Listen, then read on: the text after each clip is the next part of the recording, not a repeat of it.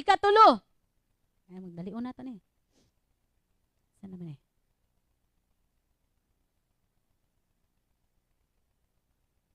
Love is tested when God asks for what we love most. Di ara. Ang gugma masukod jud ni siya kung tinuod ba, kung ang Dios muhangyo nimo, kung pag unsa ni, kung ang Ginoo mo ask for what we love most, kung pangayoon sa Ginoo, kung unsa nang naa sa imuha karon nga pinakahigugma nimo or pinaka-importante sa imong kinabuhi, pangayoon sa Ginoo. Diha matestingan ang imuhang gugma kung tinuod ba gyud og dili. Kung kaya ba nimo nga i-let go, kaya ba nimo buhian ang butang nga imong giampingan para sa Ginoo. Genesis chapter 22 verses 1 to 12. Story ni siya ni Abraham og ni Isaac. Iyang pinaka higugma nga anak. Dugay gud sila kaayo ni Sarai, nakabaton ni Sarah og anak. Unya ingnaon ra ka sa Ginoo or ingnan siya sa Ginoo. Take your son, your only son Isaac, whom you love. Kay i-offer, ihimong sacrifice. Kaya ba nimo mga igsoon kung ikaw naa sa part ni Abraham, kaya nimo i-give up? Kaya nimo i-give up ang imo ang uyab karon nga dili Kristohanon nga maoy magpugong nimo nga mga lagad sa Ginoo? Ako kay tingaw siya. Amen. Kaya ba nimo i-give up ang imong pagsigig duwa og email? Magbuntagay kag duwa para sa Ginoo para ikaw makasayo kag mata. Amen. Kisa may tigduwa dire. Siyo di. Lisod kayo mga igsoon no? Kung ang Ginoo mangayo siya sa pinaka gihigugma nimo, giampingan nimo sa imong kinabuhi, to test lang sa imong gugma niya. Ayaw paabuta mo na. Ayaw paabuta nga testingan kasi Ginoo kung tinuod ba kanigugma niya. Ayaw paabta nga mura bitag magpili-pili ka. Kisa mag akong sundon oy maato ko sa simbahan. Yan ingon ra ba siya nga magkita may alas 7. O diba? Naglibog na ka. Ayaw huwata nga pilion ka si Ginoo. Igo pa daw ka alas 7 pa. Kaya alas 7 alas 9 magsugod ang simba. Tuwara. Diba? Ayaw na paabuta mo igsoon. Ipakita na karon daan nga gihigugma gyud nimo labaw ang Ginoo kaysa tanang butang nga naa sa imong kinabuhi.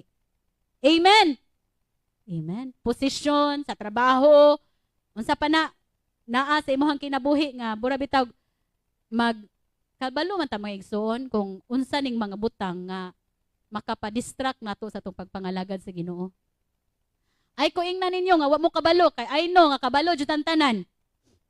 Kana imong bana o imuhang asawa nga langayan kaayo pudong sa church. Alas 9 pa man, ay alas 7, as 8 pa man. So maghinahinay sa ko. Ug lihok. Pero sa eskwelahan pa na. Alas 7 ang klase. Alas 5 ni mata na ka. Kay mo adto ka sa eskwelahan dapat di ka malate. Hadlok kasi mo teacher kay hagbong ka. Wa ka mahadlok og ihagbong ka sa Ginoo. O di ba? Dili ka malate sa imong work, kang imong amo, ang imong boss. Basig masuko. Hinumduman nato nga ang boss nato nga mas labaw pa sa tanang boss. Ang Ginoo nga nagtan-aw nato. Dako kay siyang mata ba? Mingon pa si Brad, kita na ba yung Ginoo nimo kay dako bitong mata siya. Ngi, hadlok din ang Ginoo kay dako kay mata. O di ba? Giliteral pod. Dili jud karang dako jud kay mata bitaw. Di ba? It means nga makit-an niya ba tanan nga gipangbuhat nimo. Bisag sa tago man na. Kani yung lipod-lipod ni. Buhat mo di maayo sa tago ug sa dayag. Ang Ginoo dako gyud siyang mata. Wala goy sipyat ana niya. Dili ta maghukom mga igsono pero ang Ginoo na mag-igo sa inyong mga kinabuhi. Pero pahinumduman po ta sa Ginoo man, pinaagi sa iyang pulong. Diba? So, love is tested when God asks for what we love most. Kana pong inyong gugma, kani sa Ginoo man ni. Kana pong atong gugma sa atong isigataw kami sa among mga bana, sa kanang mga laki, sa inyong mga asawa, matest po ni siya.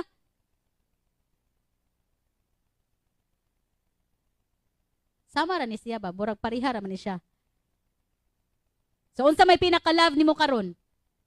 Andam ba ka nga imo nang i-let go para sa Ginoo?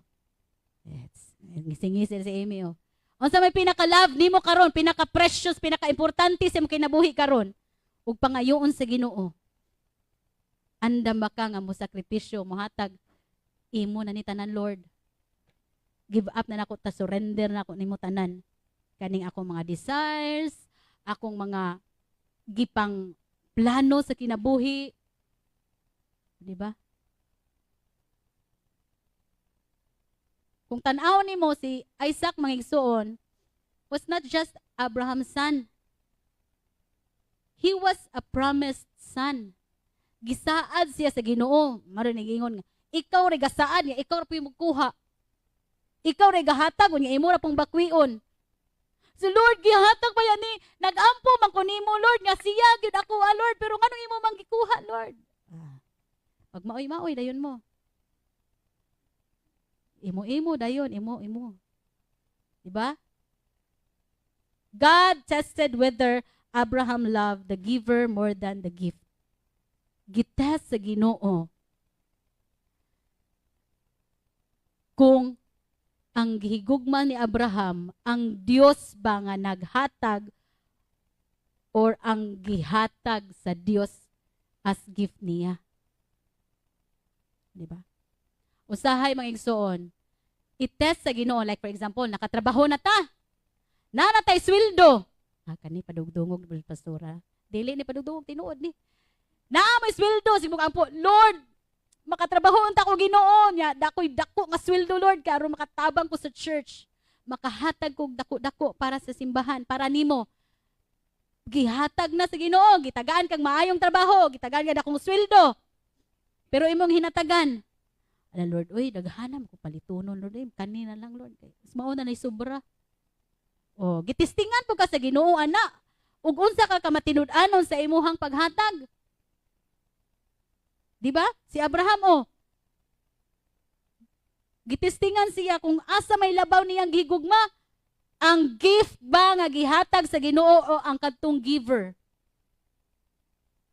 Usahay ra ba kita kay magtan-aw ra ta kanunay sa blessings? Bless me Lord, bless me Lord. Nanay blessings gihatag, thank you Lord. Pero usahay makalimot ta sa blesser. Makalimot ta sa Ginoo nga naghatag nato og maayong trabaho, naghatag nato og maayong panglawas. Tanan nga source sa atong mga gikinahanglan, makalimot ta usahay. God never intended Isaac to die. Wala gikuan sa Ginoo nga mamatay si Isaac. He intended Abraham's heart to be revealed. Intention sa Ginoo mga igsuon nga mapagawas o ma-reveal, makita kung unsa ang naagyon sa kasing-kasing ni Abraham. Kani si Abraham ako tini-test og basin og paghuman inganing naa na siya gitagbo na iyang anak, nana ni iyang anak. Pero after ingani dili na siya musunod nako. Gitanaw sa Ginoo mga igsoon ang iyang kasing-kasing. Tan-awon sa Ginoo ang imong kasing-kasing, ang akong kasing-kasing ug unsay kahimtang sa imong kasing-kasing diha sa Ginoo. Importante kaayong kasing-kasing nga igsoon. Kay basin, di ba? Kay heart is deceitful. Ang kasing-kasing kay malimbungon man no, dali ra mailad. layluhon ra ka. Ari ka diri kuan kay kuan mao ninindot. Mao na nga i-test sa Ginoo atong heart. Kung bisan pa mag-uwan mo bagyo, mudong bagyo gihapon ka sa simbahan, bisan pa man og naa kay nabingkil sa church, kay wala ka gi-entertain sa imong gistorya. Ready bagyo gihapon ka nga musunod sa Ginoo. Mga igsoon, anything we love more than God becomes an idol. Hinumduman nato nga ang bisan unsa nga butang nga atong gihigugma labaw pa sa Ginoo, mahimo na siyang idol nimo. Ay, thou shall not, ingon man ang kanang sugo sa Ginoo, thou shall not have any o ayaw pagsimba og mga Dios. Ay, wala man ko na pastora. Wala ko nagsimbag Dios. Ikatura po iyahang literal ba nga larawan ra jud. Kabalo mga igsoon, tanan nga butang nga mas gihigugma nimo labaw sa Ginoo, it serves as your idol.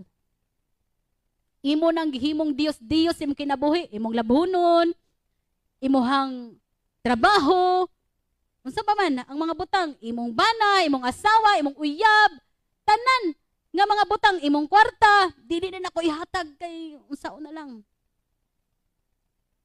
Ayaw himo ang idol, mga igsoon, ang mga butang. Ang Dios ra gyud himuong mas labaw nga higugmaon. God may not take it away, but He may ask, will you surrender it? Dili siguro nakuhaon sa Ginoo, mga igsoon, karon dayon. Okay, grasya man ang Ginoo. Pero kung ingnon ka sa Ginoo, will you surrender it for me, my child? Pwede ba nimo nga imo nang isurrender ang imong pagka-addict sa cellphone para nako? Pwede ba nimo nga isurrender ang imuhang too much nga pag-atiman sa imong kaugalingon kaysa nako? Makahimo ba ta ana mga igsoon pag-surrender sa atong tagsa-tag sa kaugalingon sa atong buhi nga Dios? Will you surrender sa imuhang time management? Kaning sa atong pagkalangayan, makahimo ba ta ana pag-surrender sa Ginoo mga igsoon? Ako wak mangigo mga igsoon kay apil pug. Para po din ako. Oh. Di ba panahon sa tigsimba pero naman na pa ka. Oh, nagsaom-saom pa ka dito kay nangita kaguan. O nya na late na hinuon. Will you surrender it? Daghan mang panahon mga igsoon. Mangumpra pa ko, imbes mauro tigsimba, mao pa ipangumpra noon. Ana pa magilaing time pwede dik unya. O di ba? Kita ra jud naglisod-lisod sa tong kaugalingon. Abraham passed the great test of love. Si Abraham mga igsoon, nakapasar yun siya sa dako kayo nga testing sa iyahang paghigugma sa Ginoo ba. Not because he was perfect, but because he trusted God completely. Makapasar ta mga igsoon sa atong paghigugma sa Ginoo kung aduna tay kumplito nga pagsalig sa Ginoo. Amen. Kung ang tanang butang mao man ni mahimong rason god ngano nga dili nimo mauna ang Ginoo tungod kay imong unahon nimo kaugalingon kay wala kay kapagsalig sa Ginoo. Mangumpra ko una karon kay tabo ron. Unya basig unya mahutdan na. Wala ka nag-una-una ba nga ang Ginoo muhatag man jud na siya pabor nimo. Kay naguna-una man ka paghapon unta diha tatoy mga libre wa ka kakuha. O di ba? Oh. Imbes na giandam nimo ang Ginoo, mga reject na ko no, kay libre na. Giandam nimo ang Ginoo nga mga dagko nga isda pagkahapon, imo man giuna-una og suho nga pagabuntag. Ya, mao pa kaingon na late ka. Wa kay kuha. O di ba? Kinsa man eh. Lesson. Love obeys when it's hard. Ang gugma, obey when it's hard. Love surrenders when it hurts. Tinuod eh. Love surrenders when it hurts. Love trusts even when it doesn't understand. Diba? Usahay di man ta kasabot sa Ginoo. Pero misalig ta sa Ginoo. And in the end, God always provide. Hinumduman na ito mga igsoon. Ang Dios mo provide ra gyud na siya sa tanan. Dili ta magdali-dali. Kay ang Ginoo mo provide ra gyud na siya. Kay ang katong mga nagdali-dali, wa na nagkamali-mali na. Di ba? Just as he did with the ram on the Mount Moriah. Di ba? Si Abraham, iyang gikuan iyang anak, gidala dito sa bukid sa Mount Moriah, kay iyang i-offer ni obey ra gid siya sa Ginoo. Tanan nga pag-action na ni Abraham og iyang patyon to iyang anak. Unsay nahitabo? Naay gi-provide ang Ginoo. Usa ka ram nga maoy gipuli nga mahimong sacrifice instead ni Isaac. Ingana ang Ginoo mga igsoon, nindot kayo no. Nindot kayo ang Ginoo jud. Basta mo obey ra jud ta sa Ginoo. Makita na jud sa Ginoo nga you completely trust the Lord. Ano bang salig yun nimo ang tanan, Lord, wala jud ko'y mahimo, Lord, kung wala ka sa kinabuhi, Lord. Tanan, surrender na ko nimo. Mo provide ra gyud ang Ginoo. Amen. Hallelujah.